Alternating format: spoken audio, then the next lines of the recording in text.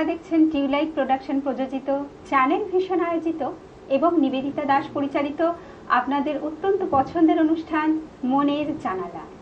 আজকে আপনাদের সাথে কথা ও কবিতার আড্ডায় আমি আছি আপনাদের পছন্দের বন্ধু রিয়া, এবং আজকের সঞ্চালনায় আমার পাশাপাশি আছেন খড়দাহের আবৃত্তি সংস্থা শ্রুতিকণ্ঠের কর্ণধার বৈশালী চট্টোপাধ্যায় দিদি। নমস্কার। নমস্কার। আপনার আবৃত্তি সংস্থার নাম তো শ্রুতিকণ্ঠ। হ্যাঁ। তো এই শ্রুতিকণ্ঠের পথ চলা কিভাবে? আমি প্রথমে আমার শিক্ষাগুরু উর্মিমালা বসু, ওনার তত্ত্বাবধানে অনেক বছর আমি ওনার কাছে প্রশিক্ষণ নিয়েছি। তারপরেই আমার মাথায় এসেছে যে আমি আবৃত্তির একটা স্কুল তৈরি করব এবং ছোট বড় সকলকে আবৃত্তি শেখাবো। এটাই আমার প্রথম ইচ্ছে, এবং এই ইচ্ছেটাকেই আমি ধরে আজ 12 বছরের অধিক আমি আবৃত্তি শেখাচ্ছি বিভিন্ন সংগঠন, এছাড়া বাড়িতে গিয়ে, তাছাড়াও অনলাইন বিভিন্ন মাধ্যমে। তা ছোট বড় সকলকেই তৈরি করছি একদম অন্তর থেকে। নিজে যতটুকু ভালোবেসে আবৃত্তি শিখেছি এবং আবৃত্তি নিয়ে পথ চলছি, সেই রকমই চাই আমার ছাত্রছাত্রীরাও যেন সেইভাবে তৈরি হয়, আর ওদের মনের মধ্যেও ভালো লাগাটা যেন আমার মতোই তৈরি হয়। এবার আমরা আপনার শিল্পীদের সাথে পরিচয় করে নেব। আচ্ছা, আমার পাশে রয়েছে আমার অত্যন্ত সুযোগ্য ছাত্র অভিরূপ। তোমার নাম বলো। অভিরূপ চন্দ্র। তুমি কোন ক্লাসে পড়ো? ক্লাস 3। তোমার নাম কি? গঞ্জিতা ভরাই। তুমি কোন ক্লাসে পড়ো? ক্লাস 3। আমরা সরাসরি ওদের কবিতায় চলে যাব। আচ্ছা, অভিরূপ তুমি শুরু করো। নমস্কার। আমার আজকের নিবেদন কবিগুরু রবীন্দ্রনাথ ঠাকুরের লেখা কবিতা সুখ দুঃখ। বসেছে আজ রথের তলায় স্নান যাত্রার মেলা, সকাল থেকে বাদল হলো ফুরিয়ে এলো বেলা।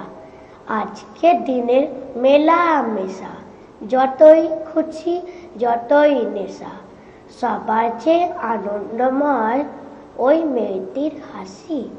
1 পয়সায় কিনেছে ও তাল পাতার এক বাঁশি, বাজিয়ে বাঁশি পাতার বাঁশি, আনন্দ স্বরে হাজার লোকের হর্ষধ্বনি সবার উপরে।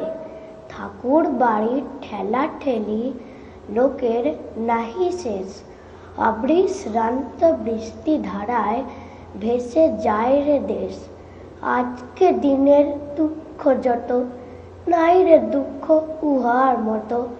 ওই যে ছেলে কাটোর চোখে দোকান পানে চাহি, একটি রাঙা লাঠি কিনবে, একটি পয়সা নাহি। চেয়ে আছে নিমেষ হারা নয়ন অরুণ, হাজার লোকের মেলাটিরে করেছে করুণ। নমস্কার। অভিরূপের আবৃত্তি পরিবেশনা ভীষণ ভালো লাগলো। আমাদের সকল পরিবারের সকলের খুব ভালো লেগেছে। আমি এবার সরাসরি চলে যাব গুঞ্জিতার কাছে। গুঞ্জিতা, তুমি কি আবৃত্তি পরিবেশন করবে? নমস্কার। আমার আজকের নিবেদনে কবি সুকুমার রায়ের লেখা কবিতা সৎ পাত্র।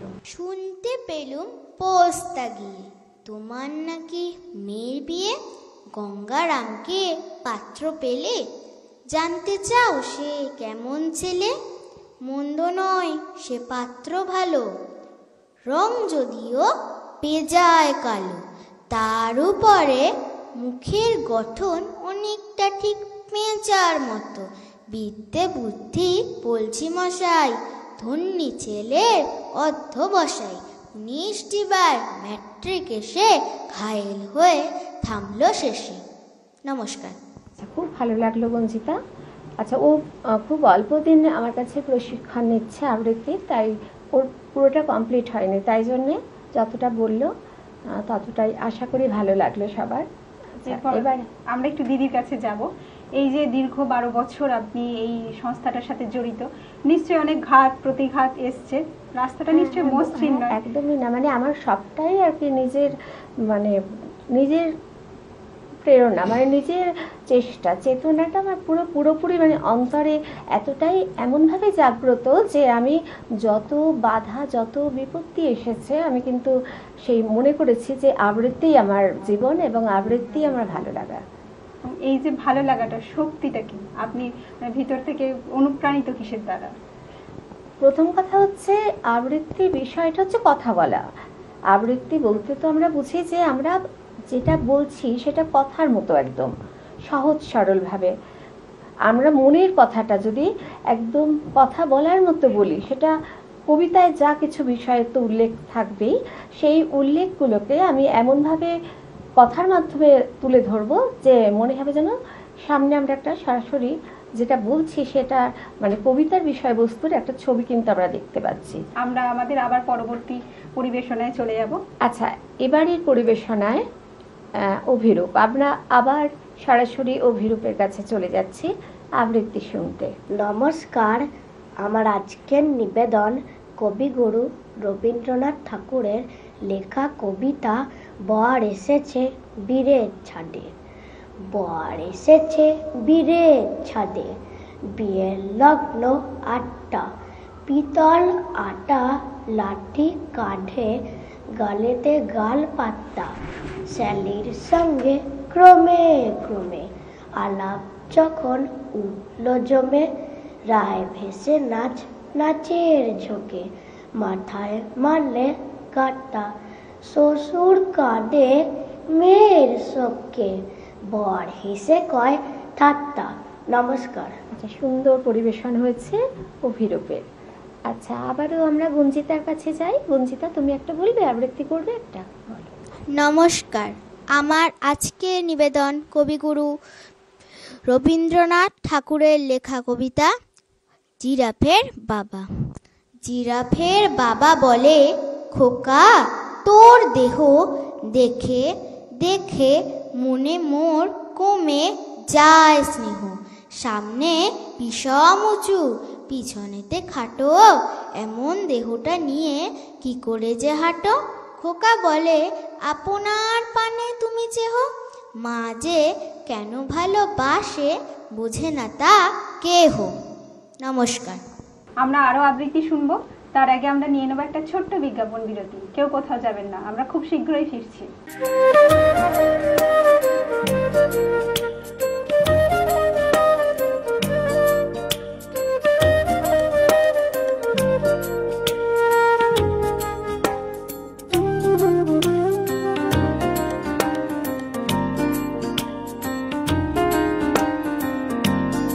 নমস্কার দর্শক বন্ধুরা, আপনারা দেখছেন টুইলাইট প্রোডাকশন প্রযোজিত চ্যানেল ভিশন আয়োজিত আপনাদের অত্যন্ত পছন্দের অনুষ্ঠান মনির জানালা।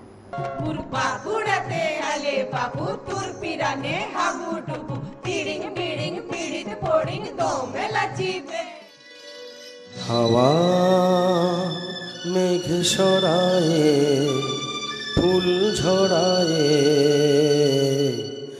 ঝিরি ঝিরি এলে বহিয়া। হাওয়া মেঘ সরায়ে ফুল ঝরায়ে, ঝিরি ঝিরি এলে বহিয়া। দিল্লি থেকে বিল্লি এলেন, দুধের মতন সাদা, তাল গাছ এক পায়ে দাঁড়িয়ে সব গাছ ছাড়িয়ে উকি মারে আকাশে। নাচের তালে কাঁপছে ঘুঙুর, তুলছে তাল। মা গো বিদ্যা দাও, বুদ্ধি দাও, দাও মা জ্ঞানের আলো।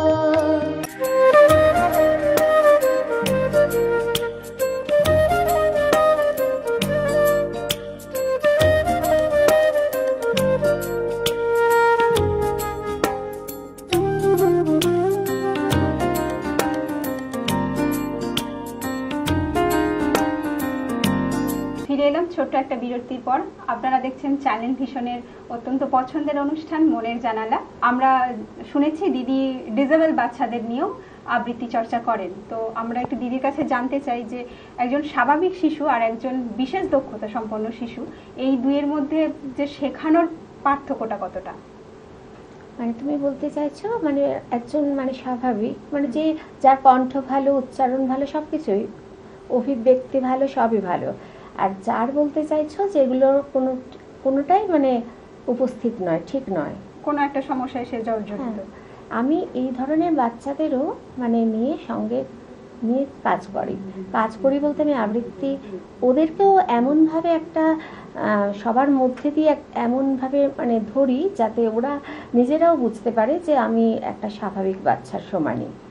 মানে ওদের আমি কখনোই ভাবি না যে ওদের কিছু প্রবলেম রয়েছে, সেটা আমি বুঝতে দিই না, আমি আমার মতো করে চেষ্টা করে যাই। সেক্ষেত্রে আপনার কি সময়টা বা পন্থাটা আবৃত্তি শেখার যে সবার একটা রাস্তা থাকে, সেটা কি একই রকম? সেটা হয়তো ওদের ক্ষেত্রে এক কিনা বলতে পারিনি, বা বলা তো যায় না ভাগ্যের কথা, কার কখন কোন দিকে মানে ভাগ্য ঘুরে যাবে সেটাও তো বলা যায় না। হয়তো দেখা গেল সেই হয়তো খুব ভালো আবৃত্তিকার হলো একদিন, এটাও হতে পারে। আপনার তো একটা সাংসারিক জীবনও আছে, তো এই যে সংস্থাটা চালিয়ে নিয়ে যাচ্ছেন সাংসারিক জীবনের পাশাপাশি, তো সেক্ষেত্রে আপনি সময়টা কিভাবে দেন? আমার আসলে একটা কথাই বলবো যে আমার খুব ভালো লাগে। এবার আবৃত্তি হচ্ছে ভালো লাগার বিষয়, পুরোপুরি ভালো লাগার।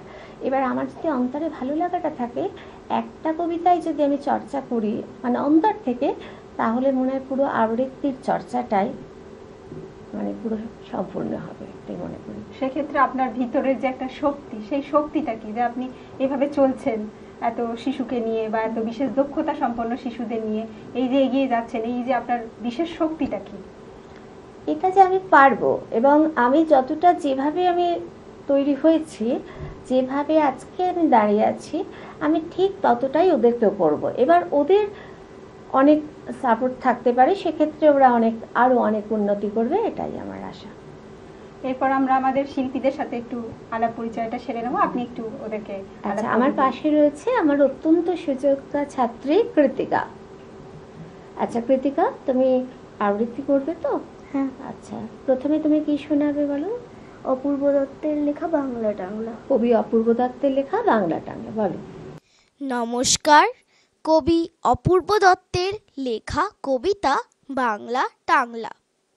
অ্যানুয়ালের রেজাল্ট হাতে বাড়ি ফিরল ছেলে। মা বলল, কোন পেপারে কত নাম্বার পেলে? হিস্ট্রিতে মা 84, ম্যাথসে 90। মা বলল, fantastic, just like a hero. Science dad, not so fair, only 69। ইংরাজিতে 92, all together fine। জিওগ্রাফি পেপারে তো 100-এ 100, ডুবিয়ে দিল বেঙ্গলিটাই, ভেরি পুয়ার গ্রেড। ছেলের মাথায় হাত রেখে মা ঠোঁট বেঁকিয়ে বলে, নেভার মাইন্ড, বেঙ্গলিটা না শিখলেও চলে। বাবা বলল, বেশ বলেছ, বঙ্গমাতার কন্যে, বাংলা টাংলা আমার মতো অশিক্ষিতের জন্যে। বিদ্যাসাগর, রবীন্দ্রনাথ, নেহাত ছিলেন বোকা, না হলে কেউ শখ করে হয় বাংলা বইয়ের পোকা। মা বলল, চুপ করো তো, ওর ফলটা কিসে?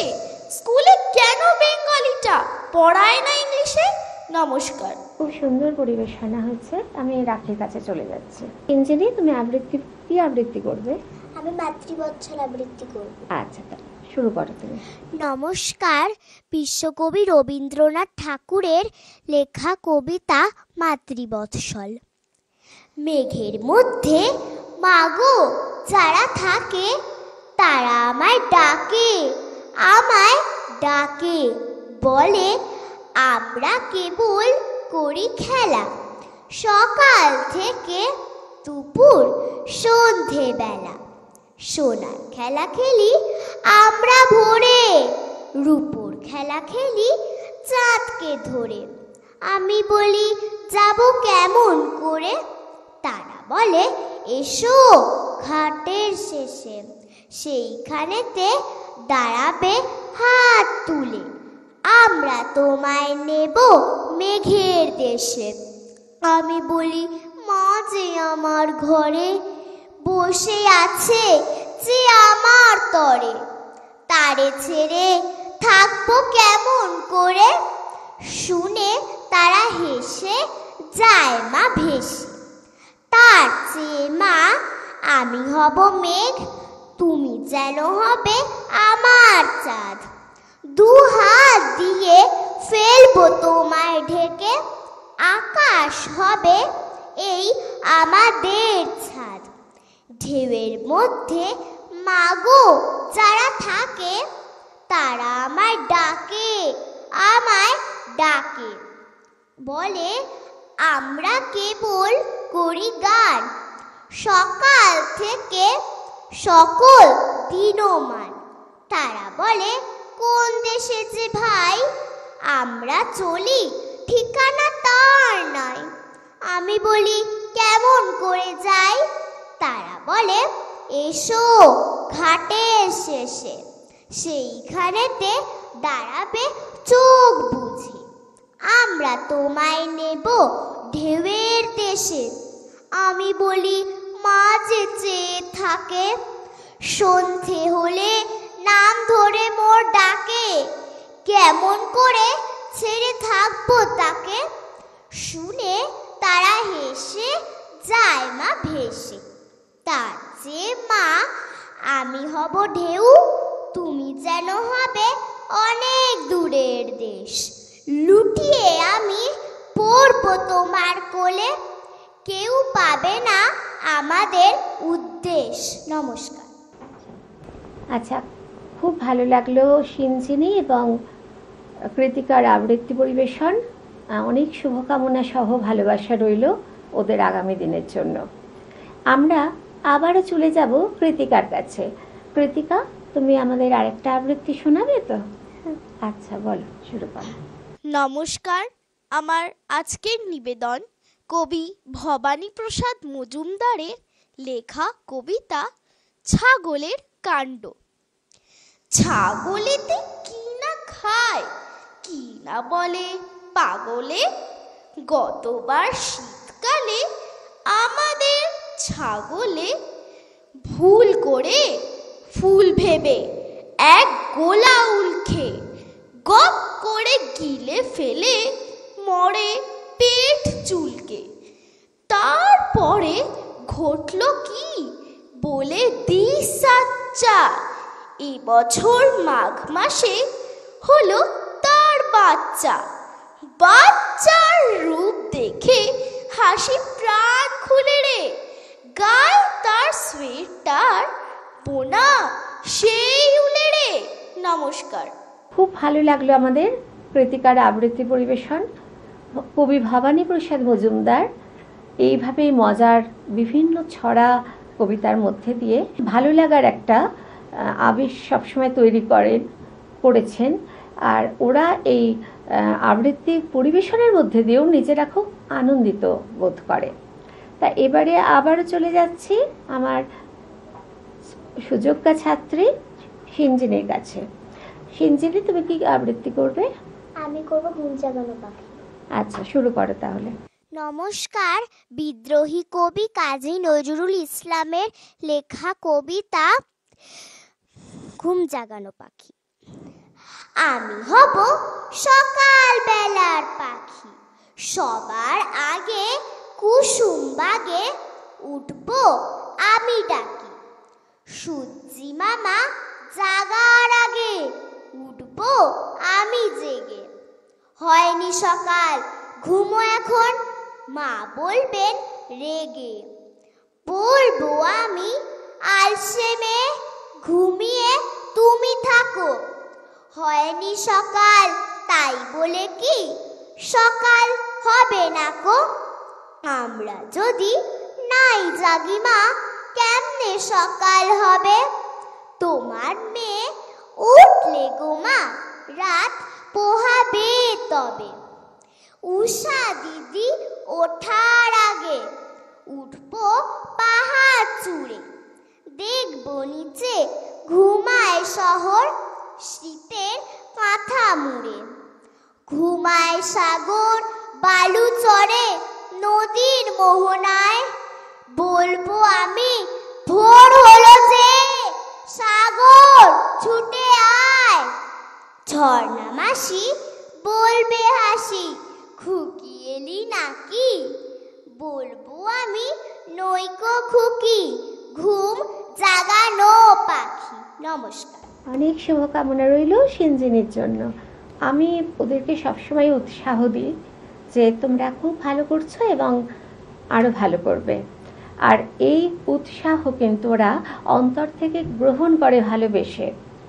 আর এই উৎসাহ নিয়ে ওরা কিন্তু প্রত্যেকটা ক্লাসে যেরমভাবে আমি ওদেরকে মানে ভুল সংশোধন করে আবার ঠিক করাই, সেগুলো কিন্তু ওরা মনে রাখে।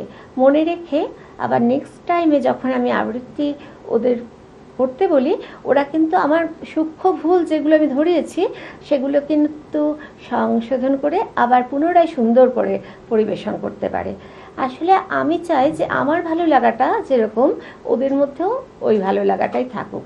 তা সেইভাবেই আমি প্রশিক্ষণ দিয়ে থাকি। তা দেখছি ওদের মধ্যেও ভালো লাগা একটা রয়েছে। এটা রাখি, তুমি বুঝতে পারবে। উৎসাহ এবং ভালোবাসাটাই তো বাচ্চাদের কাছে বেশি টানে। ওদেরকে আমরা ভয় দেখিয়ে যত শেখাবো তার থেকে ভালোবেসে উৎসাহ দিয়ে শেখালে সেটা আরো বেশি ওদের কাছে অ্যাকসেপ্টেবল হবে। একদমই তাই, কারণ আবৃত্তি হচ্ছে ভালোবাসার যে বিষয়, ভালো লাগার বিষয়। তা আমার মনে হয় না পড়াশোনা একটা অন্য পার্ট, পড়াশোনাটা চাপ দিয়ে করাতেই হবে, কিন্তু আবৃত্তি বিষয়টা পড়াশোনার ফাঁকে একটুখানি সময় নিজের মনটাকে পড়াশোনাতে যাতে মন ভালোভাবে বসে সেইভাবে নিজের মনকে একটু তৈরি করা, মানে ভালো লাগাটা তৈরি করা, এনার্জিটা বাড়ানো। এটা আপনি কোন ধরনের আবৃত্তি বেশি পছন্দ করেন শেখাতে বা নিজে করতে? আমার তো মানে কবিতার কথা বললেই তো প্রথমেই তো রবি ঠাকুরের কথা মনে আসে। অবশ্যই কবির কথা, রবীন্দ্রনাথ ঠাকুর অবশ্যই আমার কাছে সবসময়ের জন্য ভালো লাগার কবি। ওনাকে বাদ দিয়ে তো আমরা কবিতার জগতে ভাবতেই পারি না। হ্যাঁ, একদমই তাই। এবারে তারপরও আমার কবি সুবোধ সরকারের কবিতা ভীষণ ভালো লাগে। তাছাড়াও রয়েছে অনেক অন্যান্য কবিদের, বিদ্রোহী কবি কাজী নজরুল ইসলাম। উনি তো পুরো বাস্তব, মানে আজকের দিনে যেটা গ্রহণযোগ্য যে সেটা তিনি সেই সময়ে সর্বকালের গ্রহণযোগ্য। এই গ্রহণযোগ্যতাটা হারাবে না। ওনার কবিতা সর্বকালই একই রকম চিরদিনই। হ্যাঁ, একদমই তাই। তো আপনি এই প্রতিষ্ঠানটাকে নিয়ে, যে শ্রুতিকণ্ঠ সংস্থাটাকে নিয়ে কিভাবে এগিয়ে যেতে চান? আপনার স্বপ্নটা কি আগামী দিনের? আমার তো স্বপ্ন রয়েছে এরকম, আজকে যেরকম আমি এখানে অনুষ্ঠান করছি এই রকম স্বপ্নই আমার রয়েছে, মানে ভবিষ্যতের জন্য। মানে আমাকে লোকে চিনুক, এটা তো একটা কথা। আর সবচেয়ে বড় কথা যে আমি যে এখন 12 বছর মানে অতিক্রম করেছি আবৃত্তির জগৎটাকে, মানে আবৃত্তি প্রশিক্ষণ বলুন, আবৃত্তি চর্চা যাকে বলে, তার মধ্যে আমার মনে হয়েছে যে আমাকে এখন একটু পরিণত জায়গা। আমি বৈশালী চট্টোপাধ্যায় দিদির সাথে কথা ও কবিতার আসর খুব ভালো লাগলো। আমরা ওনাকে অনেক শুভকামনা এবং শুভেচ্ছা জানাই। আগামী দিনে নিশ্চয়ই ওনাকে আমরা আবার অন্য কোনো প্ল্যাটফর্মে পাবো নতুন করে, এবং ওনার ক্ষুদে ক্ষুদে শিল্পীর জন্য অনেক অনেক ভালোবাসা এবং শুভকামনা রইল। সময় তো খুব কম, আমাদের এবার বিদায় নেওয়ার পালা। তো সবাই চোখ রাখুন চ্যানেল ভিশনের পর্দায়। ফিরে আসবো আগামীর কোনো এপিসোডে। তার আগে সবাই সুস্থ থাকুন, ভালো থাকুন। আমারও খুব ভালো লাগলো আজকে এই চ্যানেল ভিশন পরিবারে এসে। তার রাখি সঞ্চালনাও আমার খুব ভালো লাগলো, এবং সকল দাদাদের যে সহায়তা, আমাদের যে আজকের যে অনুষ্ঠানের যে সহায়তা ওনারা করেছেন, অত্যন্ত আমি তার জন্য কৃতজ্ঞ, মানে অভিনন্দন জানাই ওনাদের। এইভাবেই ওনারা অনুষ্ঠান করুক এবং এগিয়ে যান, এই কামনাই করি। আর আমার ছাত্রছাত্রীদের সকলে আশীর্বাদ করুন যাতে ওরা ভবিষ্যতে মানে আবৃত্তিকার হিসাবে পরিচিত হয়। নমস্কার।